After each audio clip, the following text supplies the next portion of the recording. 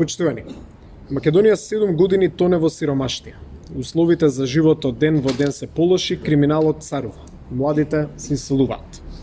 600.000 луѓе живеат со по 150 денари на ден, народот нема ни за лекови, на лошоста состојба мора да ставиме крај. Никогаш не било полошо, затоа важно да ги поразиме. А за да ги поразиме потребни се избори, кои ќе бидат фер и демократски, на кој народот ќе може јасно да ја искаже својата волја. Со таа цел, во насока на обезбедување на безбеден и кредибилен изборен процес, ВМРО-ДПМН одлучи да учествува во техничката влада. Вечерва ќе информираме јавноста за денешните одлуки на извршниот комитет на партијата. Во рамките на законот, а согласно ставот кој до сега го имавме, дека како политичка партија ќе предложиме технички министри во техничката влада, која треба да спроведе фер и демократски избори, на денешната седница извршниот комитет одлучи да ги предложи за министри и дополнителни заменици министри следниве лица.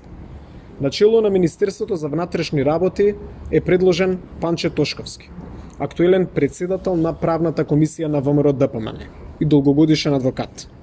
Панче Тошковски е магистар по кривично право и криминологија на правниот факултет Јустинијан I во Скопје, а воедно покрај работното искуство како адвокат има и големо работно искуство во државните институции.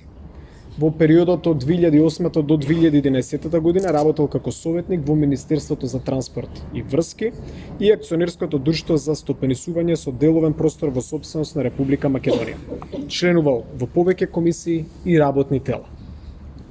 За нов дополнителен заменик министер за финансии е предложена Елена Петрова. Висок професионалец во областа на финансиите. Станува збор за дипломиран економист со над 25 годишно работно искуство во управата за јавни приходи. Елена Петрова 7 години била управник во дирекцијата за јавни приходи за големи даночни обврзници, а претходно била раководител на даночното оделение во Свети Никола. Раководител на оддел во секторот за оперативна политика и едукација, како и раководител во секторот за утврдување и наплата на даноци во Генералната дирекција. Ѓоко Велковски е нов предлог за кандидат за министер за труд и социјална политика. Велковски долги години работел во Министерство за труд и социјална политика на различни работни позиции, а беше и генерален секретар на град Скопје од 2021 до 2023 година. За нов дополнителен заменик министер за информатичко општество и администрација е предложен Стефан Андоновски, досегашен меѓународен секретар на партијата и советник во Советот на град Скопје. Стефан Андоновски во моментот е докторант на правниот факултет Јустинијан I во Скопје и магистар по меѓународни односи на Универзитетот Џонс Хопкинс во Соединетите Американски држави. Пред политичкиот ангажман 5 години работел во бизнис секторот во Македонија и е консултант на меѓународни донаторски проекти во областа на дигиталниот маркетинг, комуникациите и медиумите.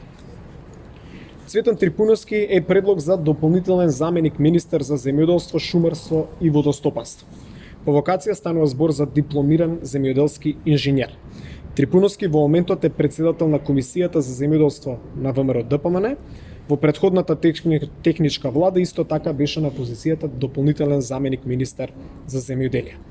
Неговото работно искуство во Министерството за земјоделство, шумарство и водостопанство е долгогодишно, од 2015 до 2017 година ја извршуваше функцијата директор на Државниот земјоделски инспекторат, а во периодот од 2006 до 2008 година бил прв човек на државната фитосанитарна лабораторија. Почитувани, ова се 5 кадровски решенија со кои ВМРО-ДПМН ќе го даде својот максимум за одржување на фер и демократски избори, што практично е и улогата на техничката влада. Причината поради која ВМРО-ДПМН донесе одлука да заземе учество во техничката влада е затоа што во Македонија никогаш не било полошо. Македонија се наоѓа во тешка ситуација заглавена во криминал и корупција. На СДС и ДУИ, Ковачевски и Ахмети за многу брзо од денес ќе бидат политичко минато. Важно е да ги поразиме, за да имаме иднина за Македонија, каква што посекуваме. Дали имате некој прашање? Како ќе гласате и како ќе иде однесувањето на претекот на седмицата на Тоа го објавивме веќе пред неколку недели на една претходна седница на извршниот комитет, каде што јавно кажавме дека ние нема да гласаме за поддршка на влада која што ја предводи лице предложено од страна на ДУИ.